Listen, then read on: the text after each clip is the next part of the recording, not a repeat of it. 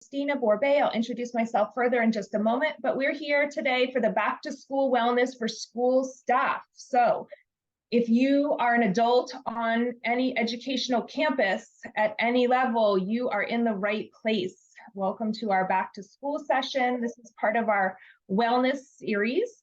I'm going to go ahead and let you know a couple of disclaimers. So an acknowledgement to our funder, the Substance Abuse and Mental Health Services Administration, an acknowledgement of our Mental Health Technology Transfer Center network. I wanted to let folks know who haven't participated in any of these before that we're so grateful to be able to bring these sessions to you at no cost.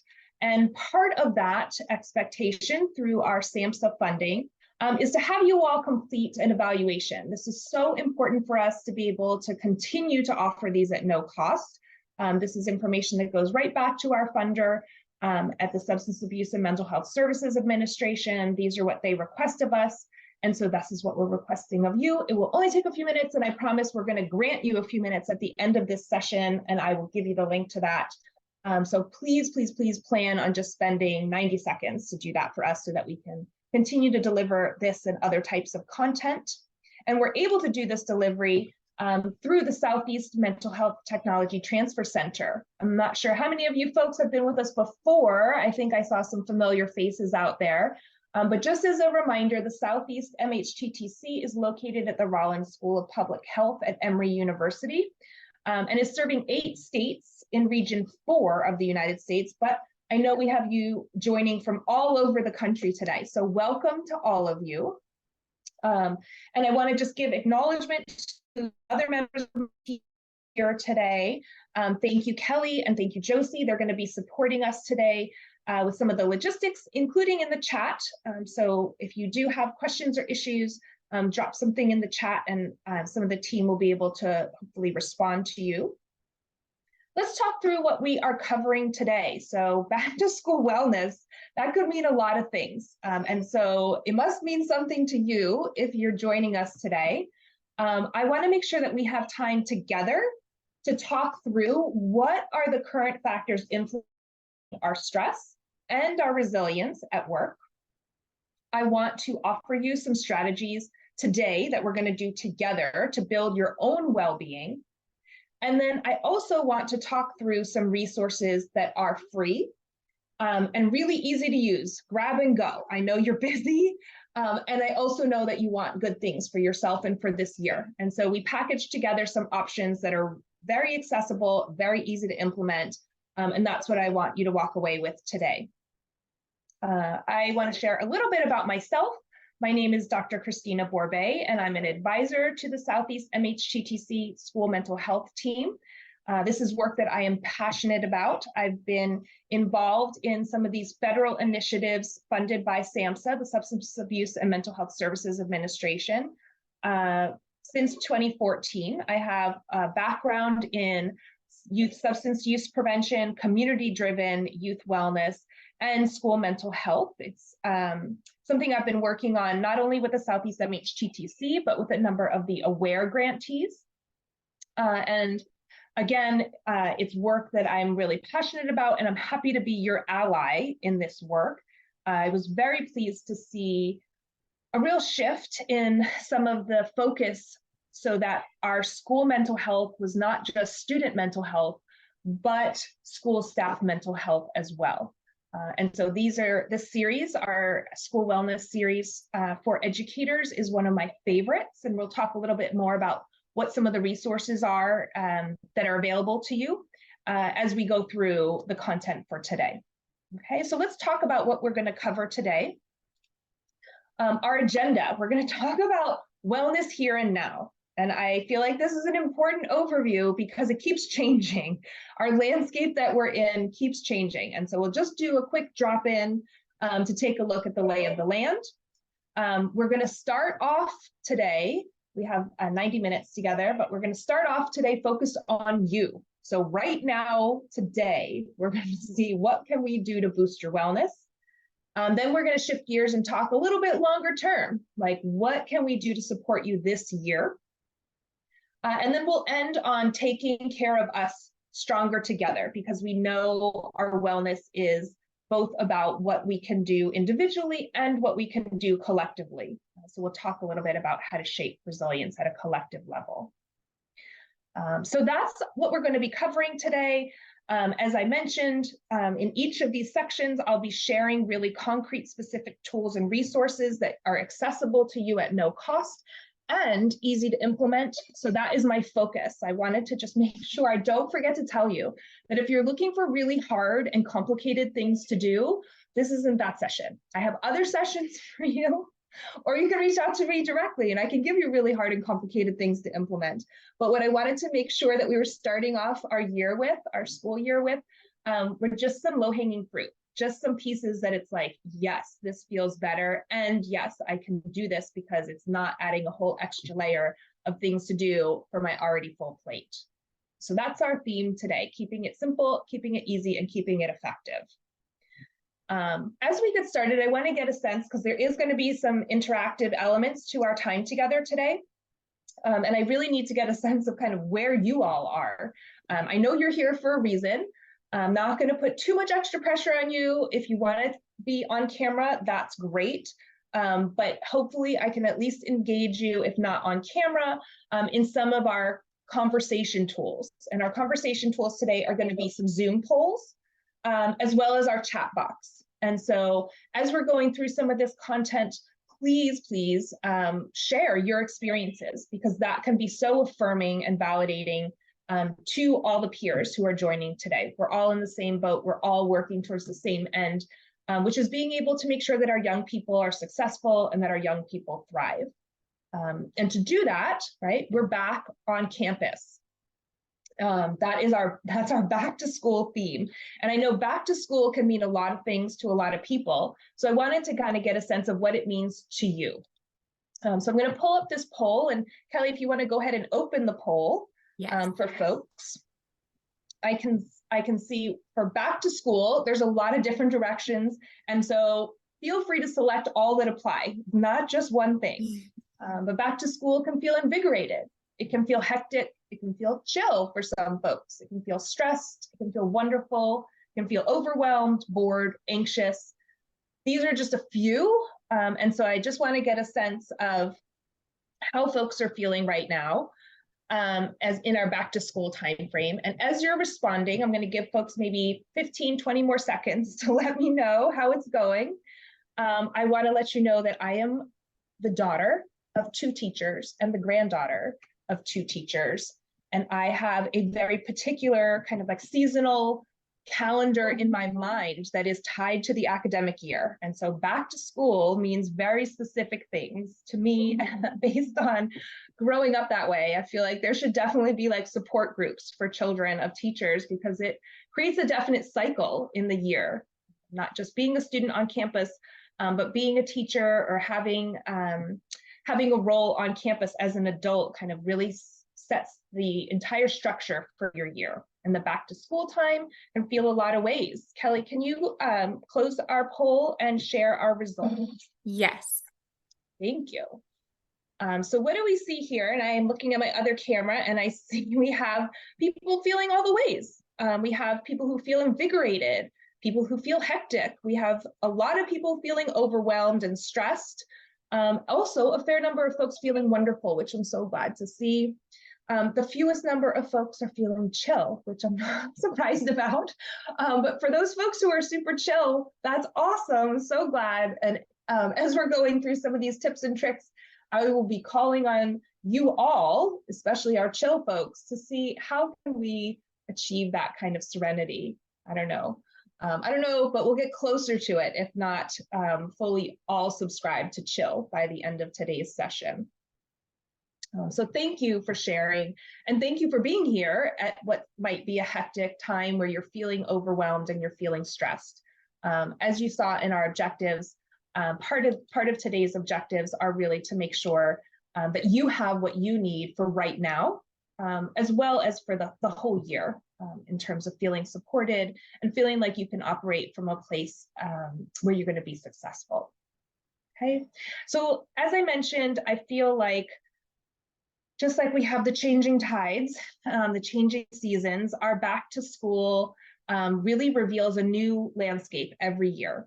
And we've been in some particularly dynamic times, and looking at our wellness here and now could be different than what it looked like last year, could be look different than it looked the year before. Different factors, dynamic situations, all of these kind of shape the experiences that we're having. So let's take a look at some of the most common factors that are shaping our wellness here and now.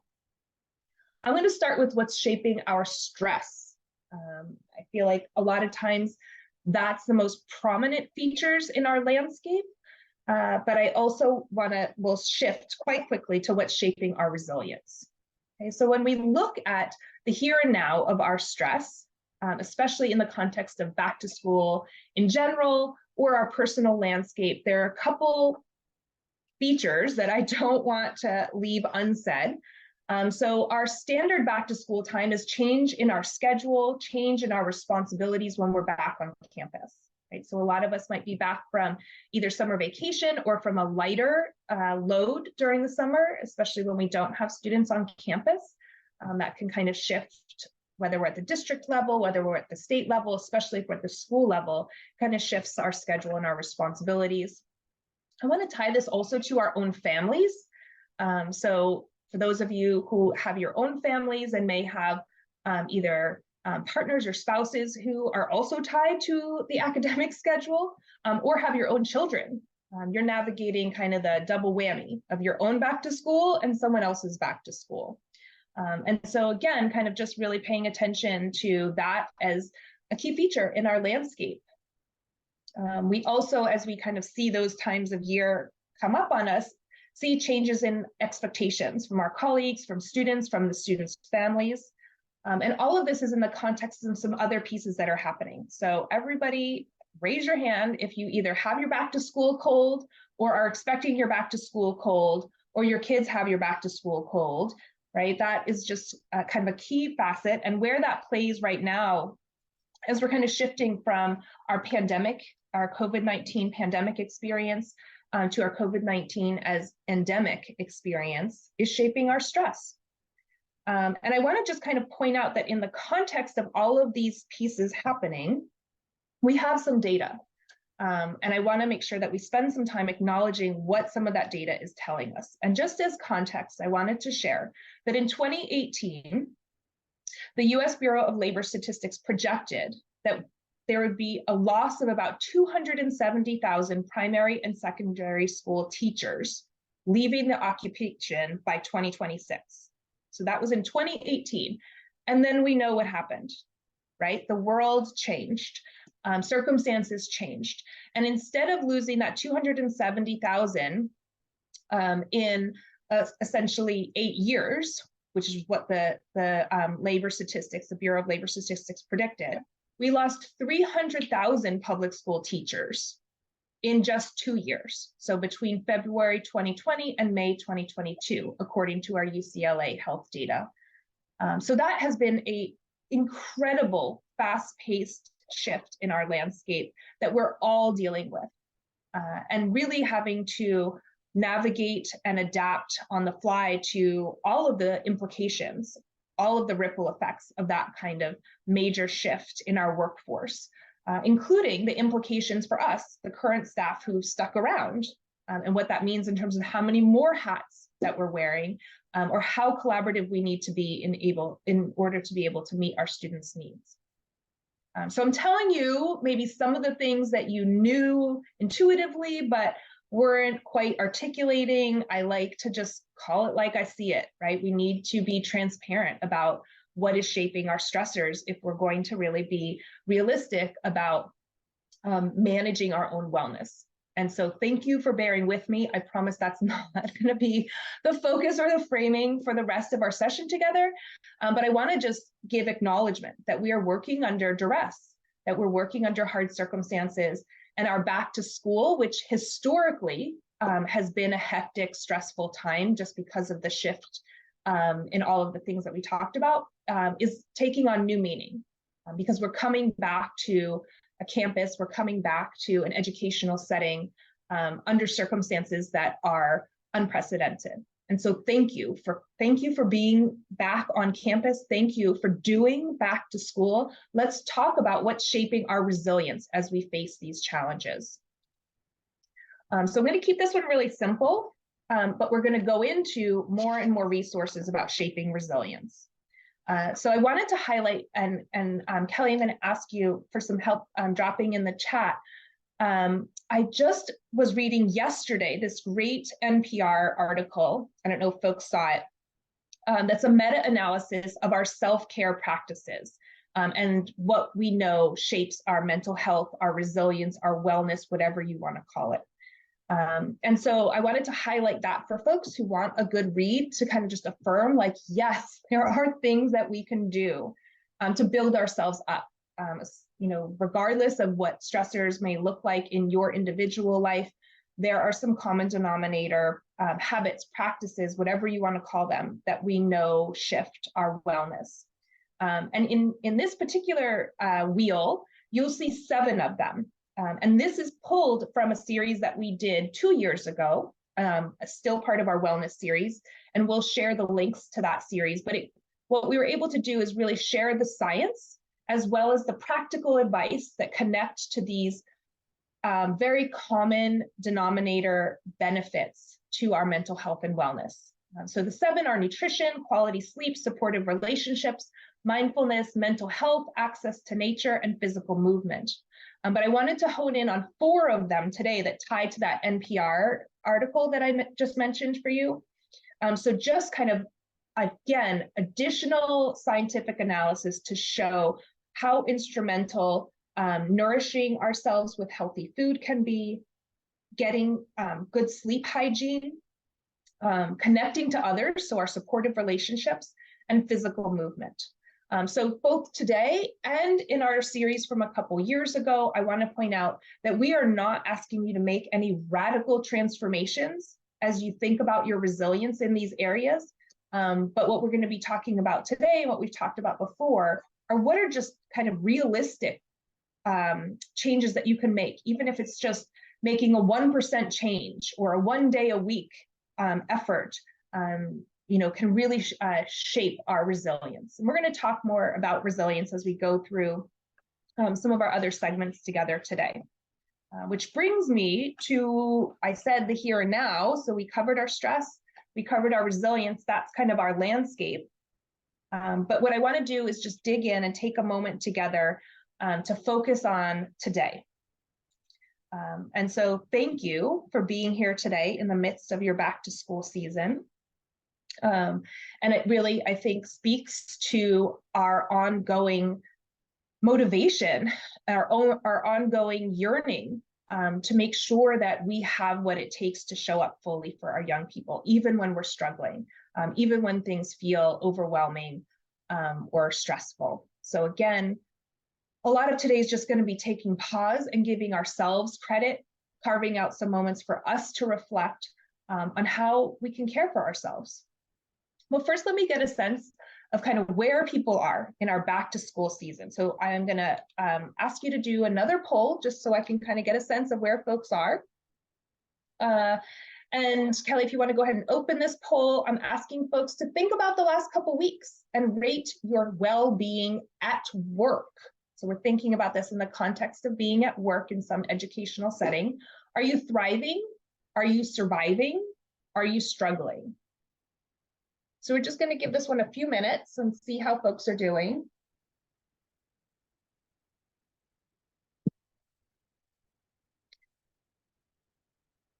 I did just get messages from family members who are sending kiddos back to school and saying, it wasn't as bad as I thought it was going to be, which is hopeful. But as we look at these categories, and we'll just take another couple seconds, and then Kelly, if you want to go ahead and close our poll. And then we can share results and see that a lot of us are getting by, right? We're getting by, but that's different than thriving. Right? So when we look at the number of folks who are struggling, that's also concerning, right? Because struggling means it is hard. I'm overwhelmed. I don't know if I can do this. And so again, deep compassion for being able to show up even when we're struggling. deep compassion to show up and just survive, just get through it, get through today.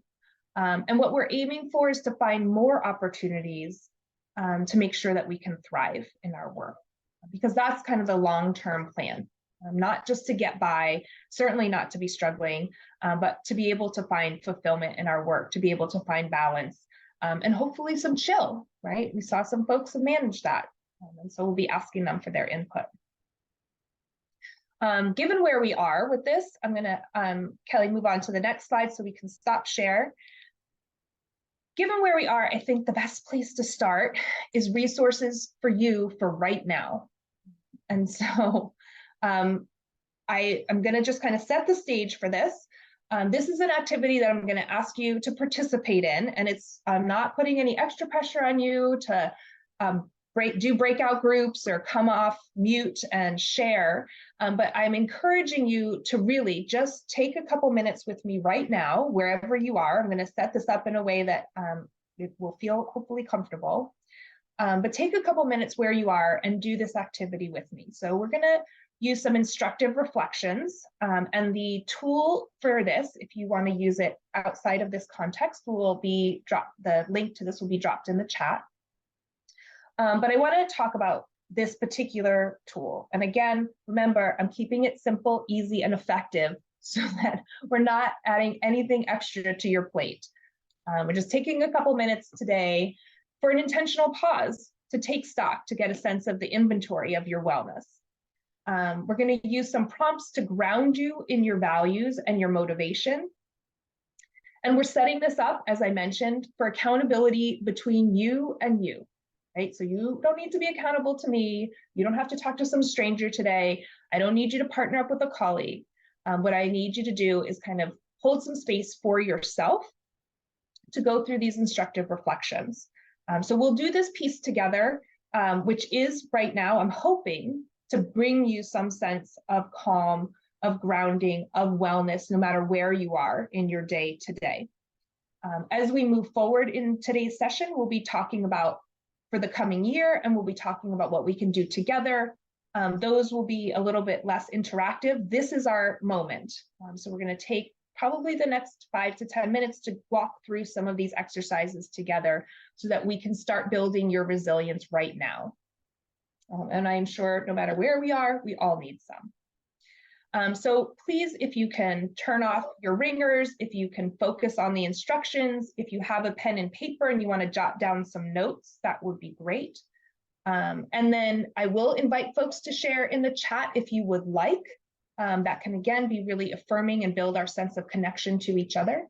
But this is really a moment for you, for some instructive reflection. And the first thing I'd like you to do is to think about your why. Your why is what drives you to show up at work and to perform your best. But a lot of times we get disconnected from it. So just take a few minutes. I'm going to be quiet in just a moment so that you can take a few minutes and remember why you got into teaching or school counseling or administration or bus driving or your job at the cafeteria, whatever role you have on campus. Why did you take that position in the first place? Your role serving young people in education. Why did you take that position in the first place? So take a few minutes and just reflect on that.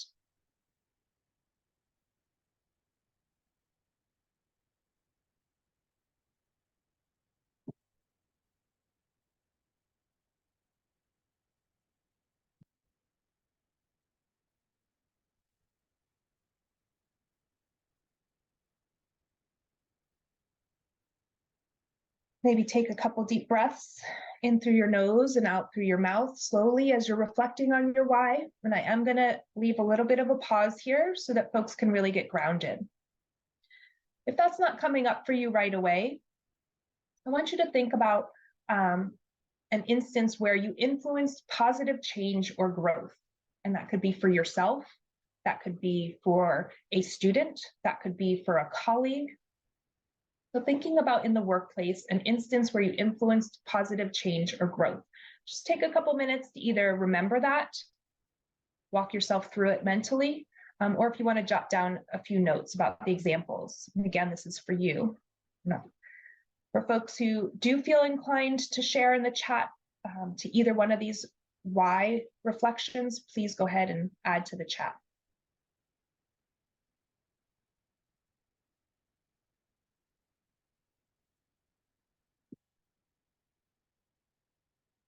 I'm going to give folks another 20 seconds or so, and then I'm going to share a little bit about my why.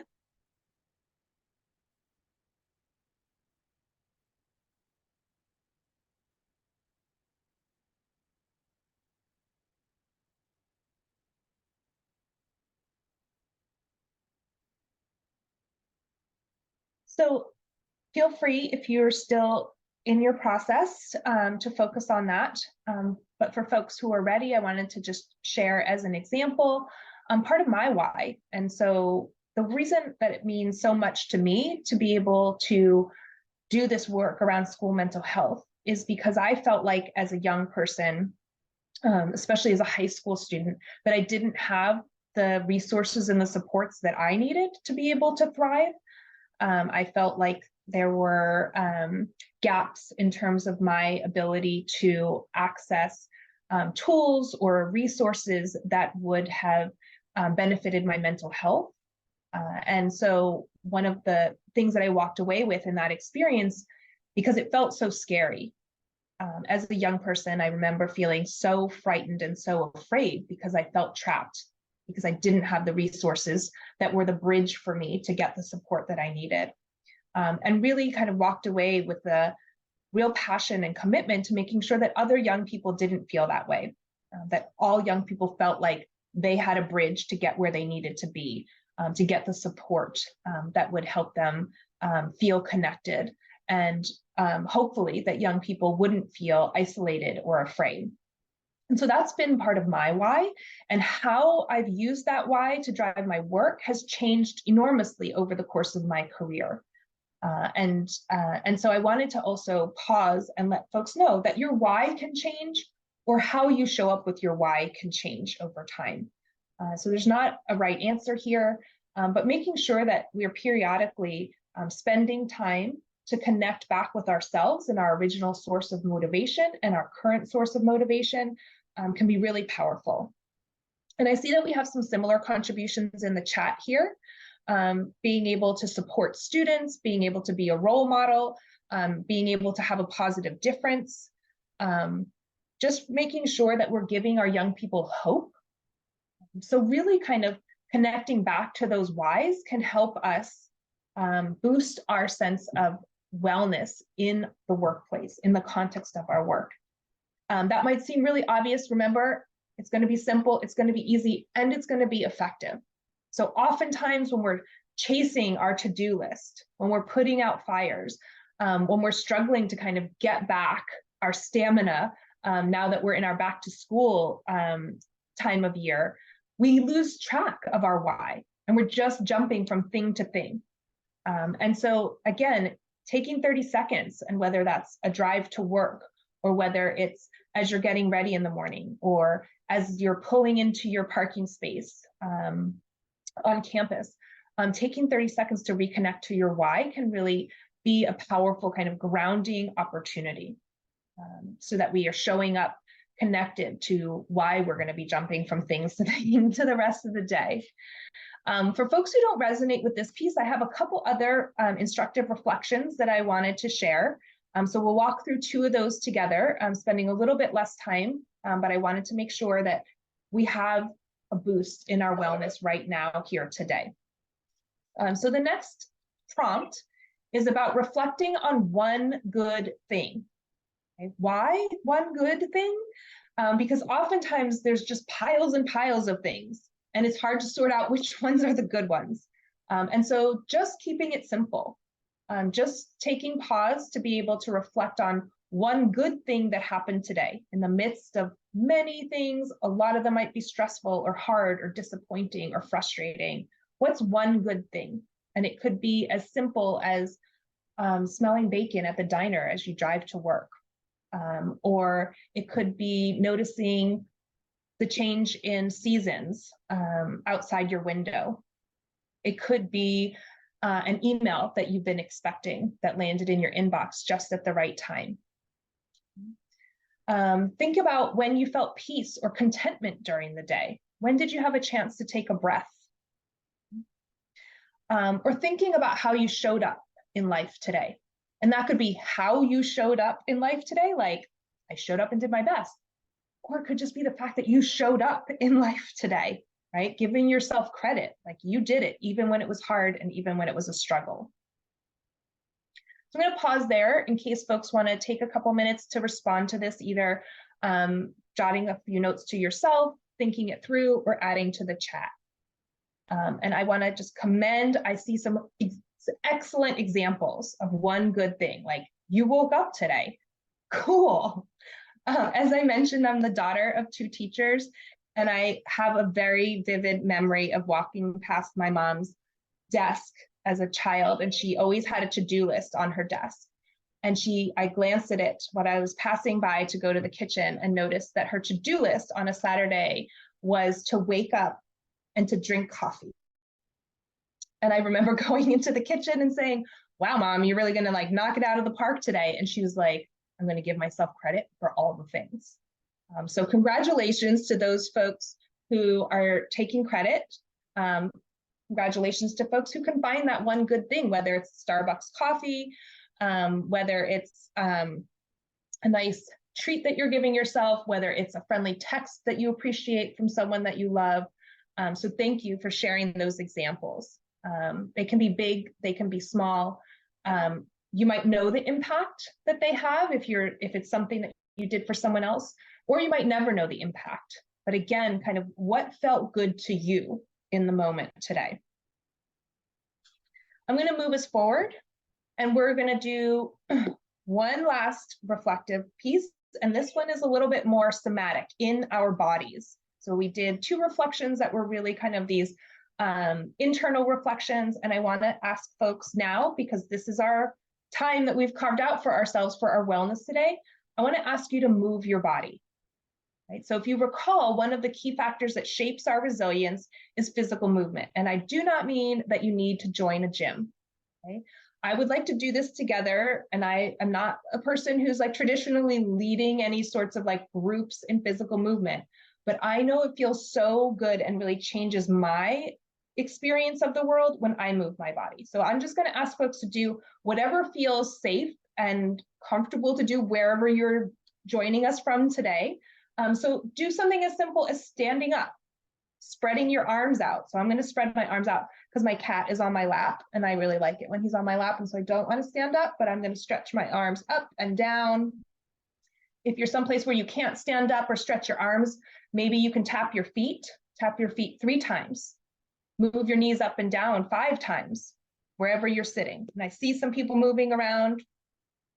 Something as simple as looking from side to side, stretching your neck from side to side, moving your chin up and down, and feeling how that feels in the back of your neck, in your shoulders, feeling how your shoulders can expand or contract, rolling them forward, rolling them back, even just these small micro movements.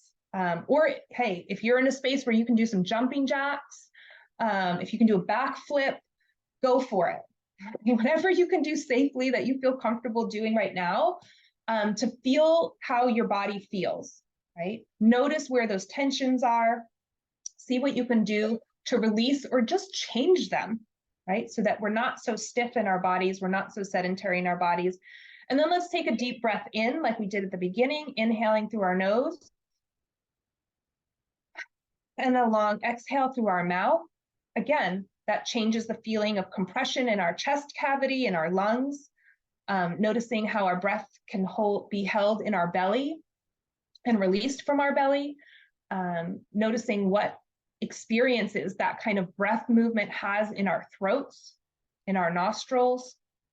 So again, a lot of times as we're moving through these really hectic days, hectic spaces, we lose track of the connection to our bodies, right? And our bodies are holding a lot of our emotional experiences.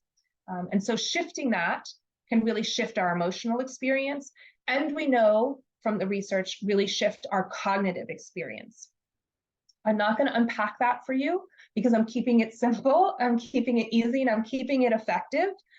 So again, just any of these small movements, some people like to crack their knuckles or flex their wrists. Any of these kinds of things help reconnect us to our body, and we know contribute to our resilience and our wellness. Okay?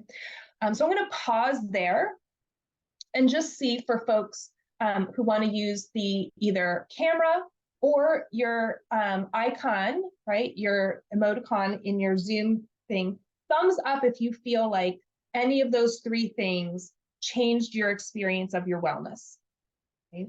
So if you were thinking about how you were feeling before you reflected on your why, before you thought of one good thing, before you moved your body, give me a thumbs up if you feel like there's been even a slight shift towards the positive.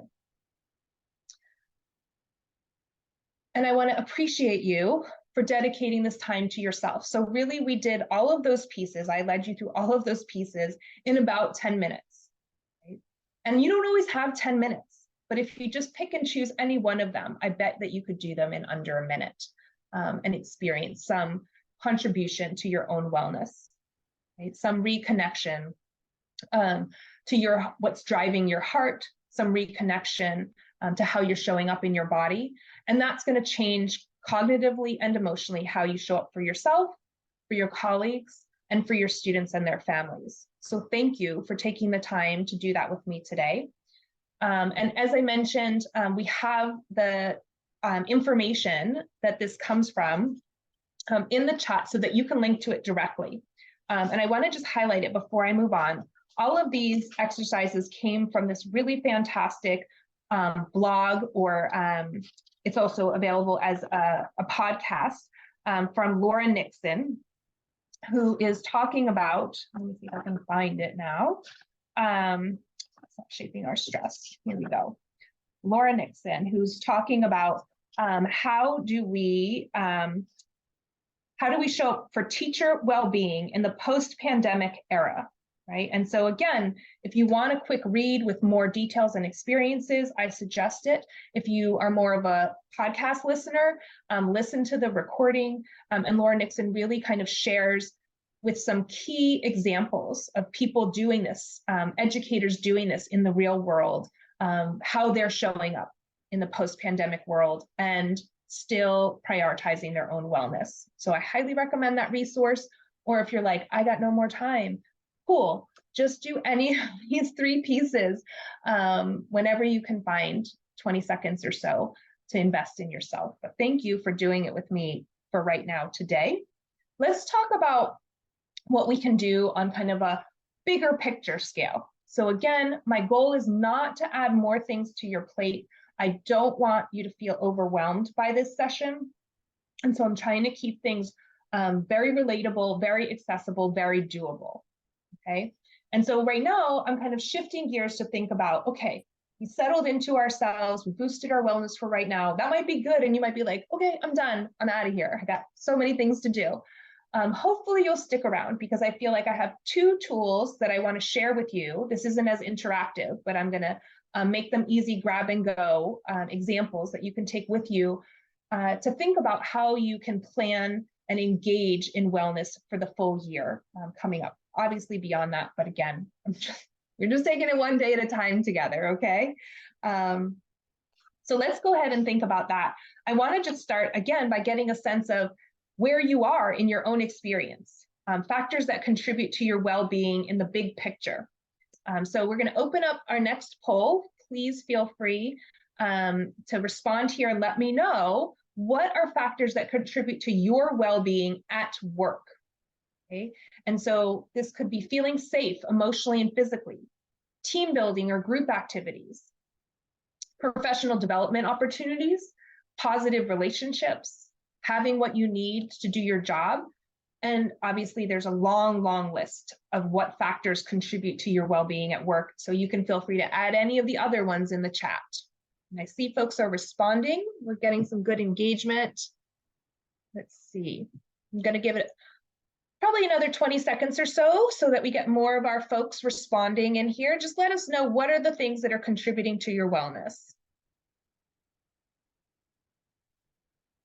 And this is particular to work because that's what we're focused on today. Some of these you can generalize to bigger picture life, but I really want to get a sense of back to school, being on campus, being back in the saddle with our students and students' families. So some of the other pieces that I see folks sharing in here, I don't want to close the poll quite yet. We're going to give another second, Kelly, but folks are talking about work-life balance, administrator or leadership support, communication, right? Respect, appreciation. Yeah, all of these are factors that contribute to our well-being. If we could close the poll and see where we landed on these forced choice options, I'm so excited to see that we have in the lead our positive relationships. Yes, we're going to talk more about this in this segment, positive relationships. But yeah, all of these pieces I see, especially having what you need to do your job and feeling safe, are kind of runners up to positive connections. But hopefully all of these, to a certain extent in specific contexts, contribute to your well-being at work. Let's go a little bit deeper and see kind of what are the tools that you can use. And again, simple, easy, effective. We have 2 resources that I want to share that you could implement this year. So we'll go into each one of them. One of them is a quick listen, another podcast, the Truth for Teachers podcast. This is by Angela Watson. It's from July 2023. And the focus of this particular episode, I don't know if any of you are subscribed to Angela Watson's Truth for Teachers, but it has so many good resources, so many good hacks and suggestions that are realistic and viable. Angela is a teacher herself. And so she is speaking from day-to-day real-world experience. The episode that I'm recommending, and Kelly's going to go ahead and drop in the chat, is titled Why Planning Can Be a Form of Self-Care. Now, you might hate me for just like offering that up to you, but I'm going to talk about it in just a minute. The other resource that I'm sharing with you is an article. It's a blog article. It's also available as a 2-part YouTube video. And it's information from Sean Akor. I don't know how many of you are familiar with Sean Akor's research in positive psychology and the power of happiness, but Sean Akor is part of my support group that I'm building, a child of teachers, an adult child of teachers. And so he really nails it when he talks about, or layers, I should say. He's doing a lot of great research on happiness, and we'll talk more about it in a moment. But I wanted to just assure you that this is really specific to the education context. So the blog is a really quick and simple read with some really good points I'm going to bring to you in just a moment. And there's kind of a more in-depth review of his recommendations for fulfillment for educators in his 2-part YouTube video. And as I mentioned, they're just like 15 minutes each. So if you're not familiar with Sean Akor, highly recommend some of his content for building resilience, but I'm keeping it simple today. Let's take a look at the first one first. So we'll look at what we have from Angela Watson in her podcast that has to do with planning as a form of self-care. So I thought when we're expanding beyond today and we're thinking about the next month, or we're thinking about between now and our winter break, or if you're brave enough to even think about this whole academic, the 23-24 school year, what are some of the tools or practices that anyone can use and adapt to their setting, to their role? And planning is one of them. And this is not a radical idea. Many of you may be planners. Many of you may be like, I don't have time to plan. Right? And I get it. What I'm really excited to share about in this particular sense that Angela uses is that there's something for everyone, even if you think you're not a planner, you don't want to do more planning or different planning. It's not a one size fits all, but more of a philosophy. Right? So this idea that when you are engaged in any type of planning, whatever that looks like for you, right, that is automatically time that you're dedicating back to yourself. Right? And thinking about the mindset that you use for your planning. What are you using to kind of set your goals or set your timelines? And what are ways that you can adjust your mindset so that you are giving yourself space to find fulfillment, to find moments of joy and contentment this year, even when it's really hard, even when that seems impossible, shifting mindset or shifting practice so that you are holding yourself back from building that into your plan can be really powerful. And in her podcast, there's also a transcription of the podcast. Angela has really specific recommendations, including that this idea that planning or having a to-do list or having a calendar, whether it's paper and pencil, whether it's an app, whether it's in your head, that this idea that we're finally going to be done, that one day we're going to be able to cross all the things off of our to-do list and we'll be done, is not the goal. That's not our measure of success. Rather, it's using our planning process or adapting or trying out new planning processes so that we are kind of keeping track of all the moving parts and can be flexible, can be fluid, can kind of map to the dynamic world that life is going to present us, so that we're not necessarily trying to get it all done, but that we're giving ourselves permission to make changes, to adapt, to reprioritize, to reevaluate based on the circumstances and the information that we have in hand, and decide how we're going to use our time, how we're going to approach our goal, and what our goals might be. The other kind of aspects that Angela talks about in this are really about how planning and making sure that we know, like, what are we trying to accomplish this week? What are we trying to accomplish this month? What are we trying to accomplish in this unit that we're doing with our young people? Any of these things, the planning can really function so that the basics are covered and we can feel confident, we can reduce some of our anxiety by knowing that we have the basics covered, and that there's then room for that agility or room for that creativity, so that we can show up in spaces as our best selves, trying out new things, incorporating new elements, because we know that foundation is there because we planned for it. And then again, kind of making sure that we're not using planning in a way that self-sabotages, right? This idea that, well, if I didn't get to cross off all the things on my list, I failed today, or I failed this effort, but rather reframing them and using it as a tool, a strength, an asset that says, yeah, I put all these pieces into this plan, and now I can kind of Tetris them. I can kind of rearrange the puzzle to fit what the new landscape of stress and resilience looks like. Okay, so I wanted to just spend a little bit of time talking about planning as self-care, and I highly recommend that you listen to Angela's examples of how she's doing that from an educator's standpoint. And then I wanted to spend, I'm going to shift to our next resource. So as I mentioned, this is around happiness for educators and research by Shauna Kaur. Not only research, but some of the practices that are recommended from the research. So first, okay, for those of you who are like, happiness, are you kidding me, Christina? Like, I told you I'm struggling, or I told you I'm surviving. Like, happiness is not on my horizon. I want to just take pause here and say, what do we mean? Because a lot of people just have this like visceral reaction to happiness, like either like, yay, I want that, or like, happiness, good for other people, not an option for me. And so when we're looking at this research, especially around educator wellness or educator happiness, I want to make sure that we're on the same page with what we mean. Right? And we're not talking about irrational optimism. We're not sugarcoating the situation, but really, and I'm just going to share some of the specific language that Dr. Kaur is using to make the distinction. So I'm going to read from you and share that what he's describing is that what we want to start with instead of kind of this irrational optimism or sugarcoating, is a realistic assessment of the good and the bad that's currently present in your circumstances or your environment. So being realistic, and with this realism, try to maintain the belief that our behavior matters and that change is possible, right? So taking stock of the situation for what it is, and believing that change is possible.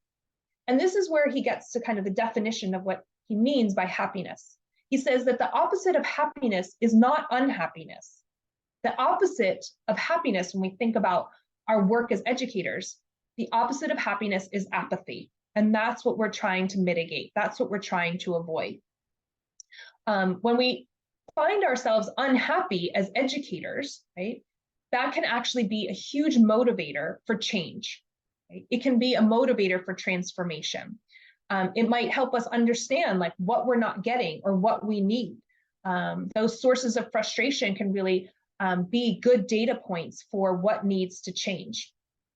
And so again, we're not trying to avoid unhappiness, but hold space for both the unhappiness that can be a motivation for change, and building in more time and space for contentment or fulfillment. So if you reflect on the activity we did just a few minutes ago about thinking about one good thing, or reconnecting to our reason why, our motivator for why we do this work. These are some of the examples of how we can hold both things, the hard things and the beautiful things in the work that we're doing. And so again, I think that there are some really specific aspects of the research from Sean Akor and his peers around what is going to shift the mindset. And so one of the key pieces that comes up, I want to point out, is that in research, specifically in the context of education, they found that they could raise levels of social connection, gratitude, and meaning or purpose. Right? So that's how he's defining happiness or fulfillment. On campus, in your role as an educator, social connection, gratitude, meaning, purpose. So if you can tap into any of those things, we're getting closer to happiness. We're increasing the frequency with which we experience some joy or contentment, even if it's just for a small moment. And so that's the metric, that's the success that we're looking for. And what the research shows is that if any one of us is able to tap into that it has an effect on the collective whole. And this is really undisputed research, that it changes the level of happiness for other folks, including students, colleagues, and students' families. So think about how indirect that is, right? Our level of happiness, how we show up on campus, how we show up in the office, how we show up in classroom, has a ripple effect in terms of what students' families are experiencing. In addition to that, we know that making these shifts, especially through our social connections on campus or those positive relationships on campus, the research shows has impacts on teacher or staff morale and turnover rates, as well as on student outcomes or student success outcomes. So when we're thinking about why do I have to engage in these moments of reflection? Why do I need a gratitude board? Why do I want to walk with other people during my lunch break when really I just want to curl up with my phone in the closet? Any of those whys, when we're questioning it, are because the benefits are not only for ourselves, but for our colleagues and for our students and for our communities surrounding our school community. So those are kind of two resources that I wanted to share with folks. Again, as I mentioned, we have Angela Watson's blog and podcast. We have the blog that Sean Akor provided, The Power of Happiness for Educators, as well as I'm adding a link to the YouTube videos that kind of map out what does happiness look like in educational contexts for adults, for our staff on campus. So those are my two easy, simple, effective, bigger picture beyond today, whether that's this week, this month, this quarter. Think about how you can integrate any of those kind of grab and grow aspects to the work that you're doing. I'm going to go ahead and move us forward. I know we're shifting to the hour, and before we shift to wellness together, I want to just remind folks that I am going to be asking, we're going to end with enough time to complete the evaluation that we are requesting of you, but I wanted to just remind folks that we are really encouraging you to take a few moments to complete that before you leave. And if you're leaving on the hour, please go ahead and grab it from our chat, or you'll see it in a follow-up email from our team. And completing that under 90 seconds ensures that we can continue offering this type of content to you at no cost. So just wanted to remind folks, in case you need to shift on the hour, I wanted to take this last 10 minutes or so, 10, 15 minutes to talk about wellness together. Okay? So as I promised, I wanted to give you some tools, some opportunities to use tools that would infuse your resilience right now, beyond the right now, and then also collectively, because we are part of this community of folks who are doing this work in schools. And I wanted to look at how can we shape that. I'm going to talk about school climate and school culture, norms and efficiencies, and driving change on campus. So I love this diagram, this tree with the roots diagram, to talk about how are we collectively part of a culture of care. And oftentimes, so school climate, that's probably a familiar term to many of you. Oftentimes when we're thinking about school climate, we're thinking about it from the student perspective. Oftentimes when we're taking any of those surveys that they make us take about school climate, we're getting input from teachers about their experience of students. We're getting input from students. We're getting input from parents about how they experience their connection to school, the quality and character of school life. What we know from the research, because I want to flip this a little bit and spend a little time talking about how we as adults on campus experience the school climate. Right? So it does matter what our students are experiencing. Let's take a moment and look at it from our own vantage point. And what we know is that school climate is dynamic. It's changing all the time. And we also know that different adults on campus experience the school climate differently. Right? So depending on your role, depending on your status, depending on your morale at any given moment, how you're experiencing school climate is changeable. And so all of the same elements can fluctuate over a school year. They can fluctuate from person to person. And so what we're also looking at is not just what we see blossoming from the tree, but school culture, right? The roots or the foundation of the work that we're doing, how we work together, what are our shared beliefs and values and assumptions. And so as we're thinking about creating cultures of care, we're not just thinking about school climate, but we're thinking about school culture. And I want to just take a moment here and invite you to let me know, thinking about yours from your point of view, your school climate, your school culture, what makes you feel supported at work? And Kelly, if we can open this for folks to respond to, we're just going to spend a little bit less time on this one. But I wanted to make sure that we're getting input from folks to see what makes you feel supported at work. Is it collaboration with others? Is it recognition for your role or contribution? Is it a sense of where you fit in the big picture? Is it consistent expectations, shared values, resources for your self-care or your collective care, feeling respected? So all of these are pieces, and as you're responding, I see we have responses coming in, but we'll give it another 15 or 20 seconds. All of these contribute to a climate or a culture on campus. And all of us, I know some of you might be like, this isn't my job, Christina.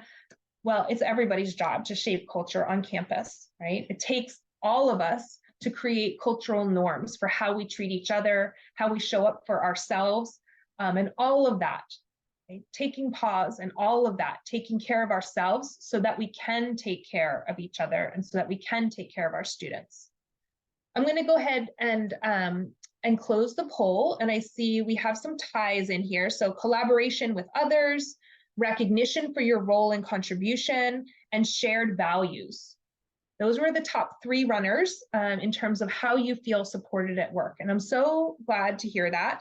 It ties into 3 resources that I want to cover with you that are grab and go, easy ways to build that sense of support network on campus. So what are we doing? We are taking care of us, and we are stronger together. So I know I've said it already. I'm going to keep saying it. We are really kind of shifting away from this idea that self-care is a responsibility of the individual and that collective care is a responsibility of the whole, right? So we want to build this sense of connectedness, of positive relationships, of supportive relationships between adults on campus to create these cultures of care. And we're going to talk about a few ways to do this. We're going to talk about building compassion resilience, gathering a teacher circle, and integrating adult SEL. So I wanted to just invite Kelly to drop those links to these resources in the chat, but I'm going to talk through briefly each one of them. And the first one I want to talk about is compassion resilience. And this is my favorite. I used to teach so many trainings on this concept of resilience, often thinking about it from the youth point of view. How do we build resilience in our young people? Right now, the thing that I am most focused on is how do we build the resilience of our allies on campus, right? Of our principals, of our superintendents, of our teachers, of our aides, of our admins. So really kind of thinking about compassion resilience as the flip side of the coin to compassion fatigue. Now, I'm going to say that word one more time. Compassion fatigue, I feel like that was a buzzword during the pandemic. It's been a buzzword during so many of the community issues that we're facing wherever we are today. Compassion fatigue, compassion fatigue, compassion fatigue. Let's shift the mindset and start thinking about compassion resilience. I'm going to bet that many of you are familiar with this framework of risks and assets that are any human, right, is experiencing. So always wanting to reduce risks, always wanting to build assets and strengths. And so this idea of compassion resilience comes out of that same kind of thinking, that if we are experiencing compassion fatigue, the antidote to that is going to be to build up our compassion resilience and being proactive so that we always have a deep reservoir of well-being that we can draw from. So I want to talk a little bit more about compassion resilience.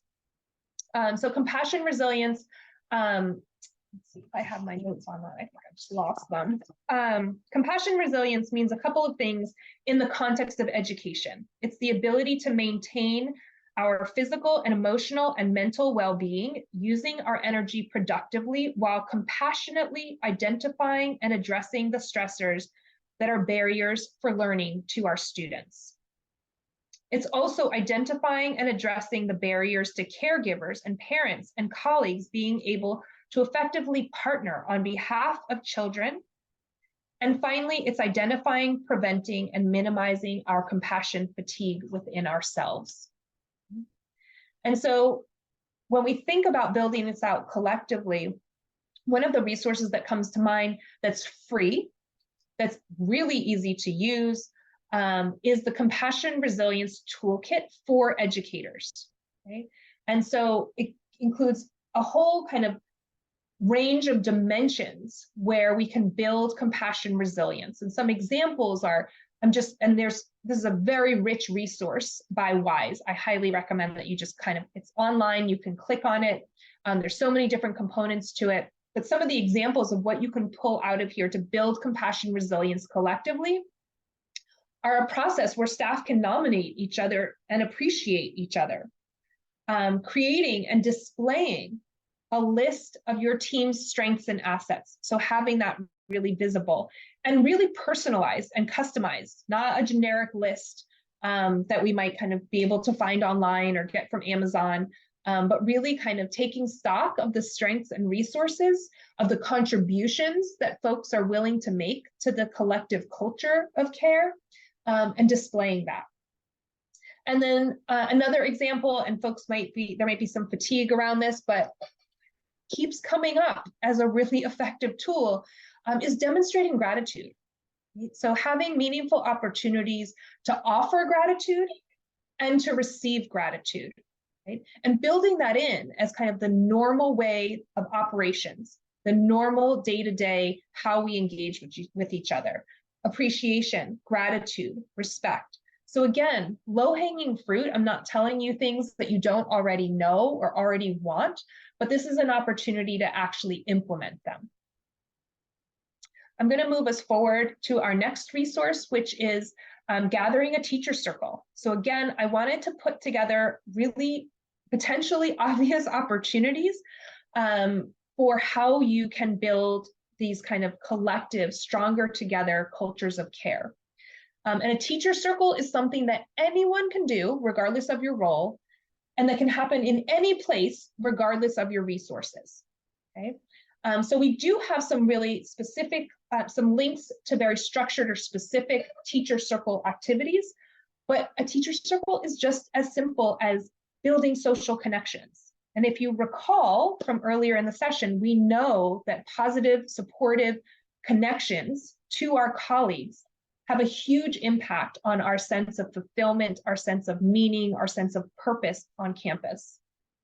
And so this is an example, really organic example of how we can intentionally boost that. And you may already have one and you didn't even know, but replicating it, promoting it so that other people recognize the value of it can really kind of shift the energy, shift the culture and the climate for adults on campus. And so some examples in here, as I mentioned, there's some ways that you can structure this so that it's, we have designated time on Thursday afternoons from 3 to 3:30, and we have a set agenda with specific activities. It can also be as informal as a Facebook group, or just who we're naturally congregating with to debrief and process our experience of the day and our hopes for the next day. And so if folks have examples of teacher circles that they're using, I encourage you to put it in the chat. What is your teacher circle or your educator circle or your work family? What does that look like? Go ahead and add to the chat if you have examples of how you are regularly connecting with colleagues as part of a kind of supportive debrief space. So I'm going to let folks add that to the chat, and I'm going to keep us moving forward. So again, we have 3 examples of how we can build cultures of care and support and infuse our entire workforce, however big or small that may look like, with compassion resilience. So the third tool that I wanted to share with folks as a means of building compassion resilience is social emotional learning. Okay, and so we're landing on that one because it's probably really familiar for those of you who are involved in school mental health, or doing any sort of universal level strategies in the classroom or on campus. Social emotional learning is something that we're trying to do with all of our students. I don't know that it's as common that we're doing it with all of our adults. And this is an opportunity to really expand what we know works. I feel like I oftentimes want to go back and do the social emotional learning curriculums for myself, but also with some of the folks that I work with. And I don't necessarily recommend that we're using the same tools that we use for our students, although sometimes they translate.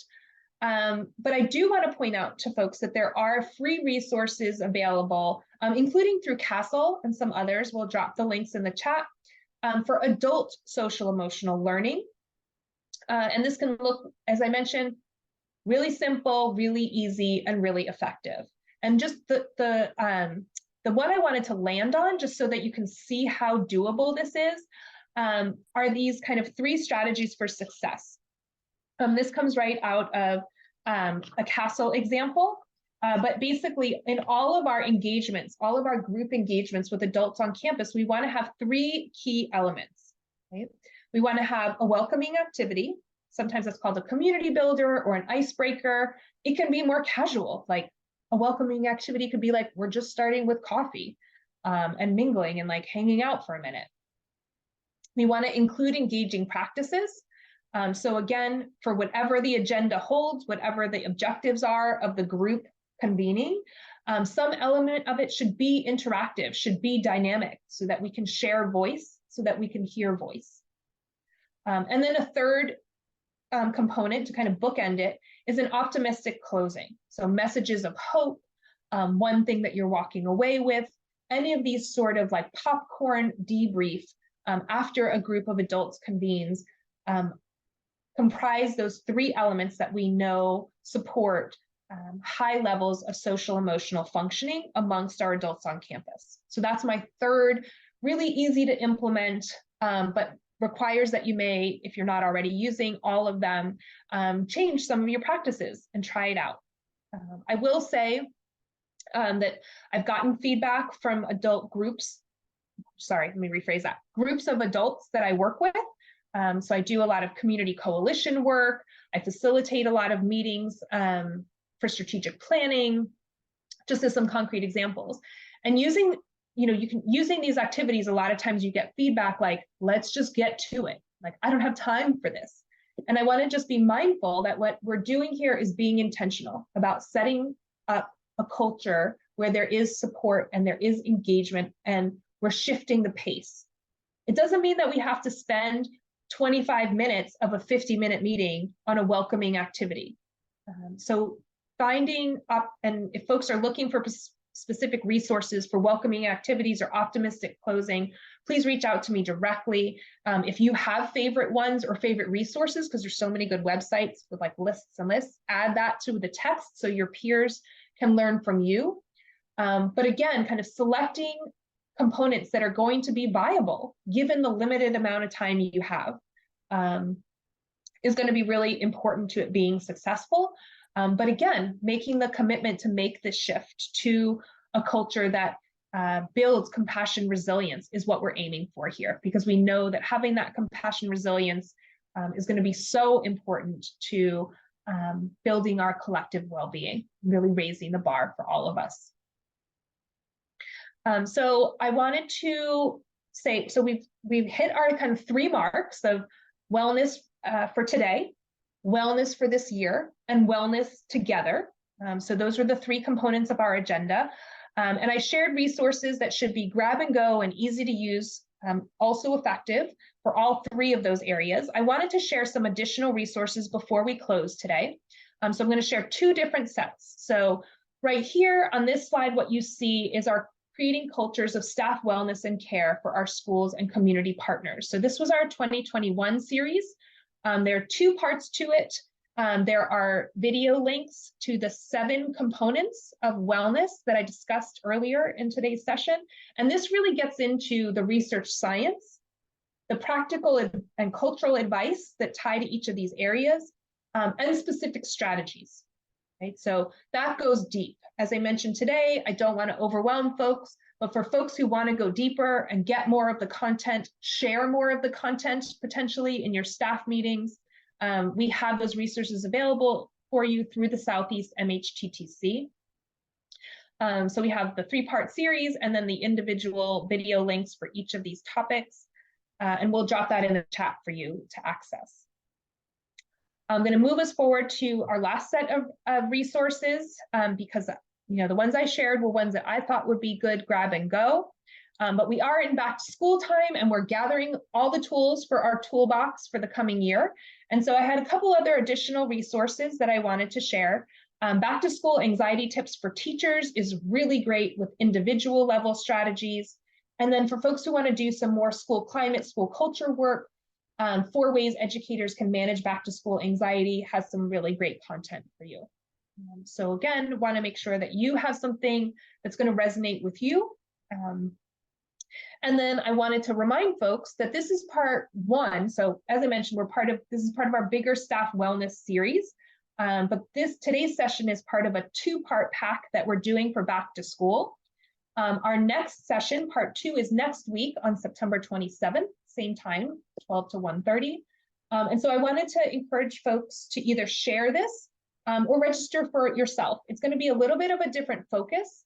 We're looking at how to create a climate of respect and compassion, how to sustain a culture that values adults as allies, and how to build a collective of care for educators, school staff, and partners. So instead of kind of doing the more individual level self-care and wellness, compassion, resilience building, we're going to be looking kind of maybe 1 level up and really kind of thinking about our school communities.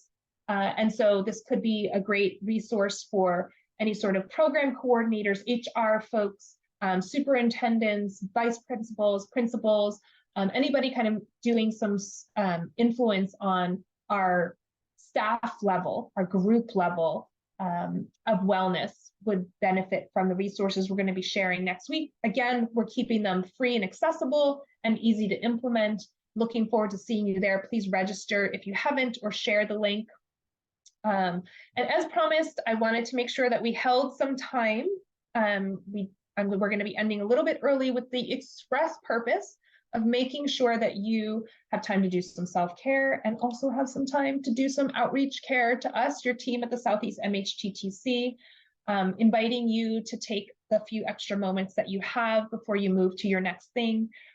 Open this link and complete the GPRA. That is the GPRA. It's an evaluation that SAMHSA asks us to ask you to complete so that we can get your feedback and then continue to let SAMHSA know that these are resources or opportunities that you want to see more of. So again, really helpful to us to be able to report back to SAMHSA how many folks are taking our evaluation survey. It only takes a couple minutes. And as folks are completing that, I'm going to go ahead and check in and see if there are any questions that folks want to ask me. You can unmute yourself, you can raise your hand and I can call on you, or you can go ahead and drop in the chat. I will let you know, I still am not able to consistently monitor the chat and present at the same time. I glance at it from time to time, but if you had a really pressing question that I didn't address, it's not because it doesn't matter to me, it's because I didn't see it come through. You can add it again, or you can go ahead and raise your hand and I'm happy to answer questions before we wrap up today.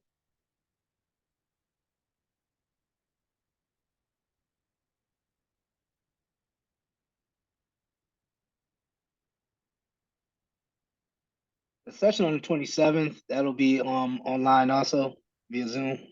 Yes, that's right. It's going to be a virtual session on September 27th, a week from today. Okay, thank you. Thank you.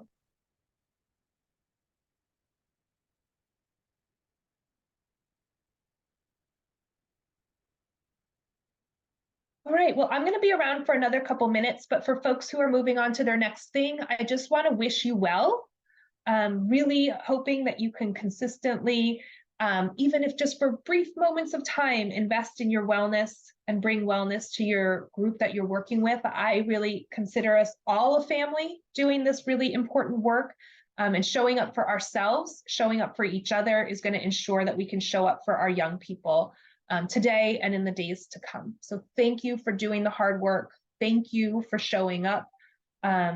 We really more than ever need to be able to support our young people in schools, and we know that supporting ourselves and supporting each other is going to be an effective way to build a platform for that. So thank you, thank you, thank you. If there are additional resources or questions that we can respond to, please add it to the chat and our team will follow up with you. Take a look at the Southeast MHTTC School Mental Health website, find more resources and more learning opportunities, and we look forward to seeing you at future sessions. Thanks everybody, and thanks so much to Kelly and to Josie for your support today.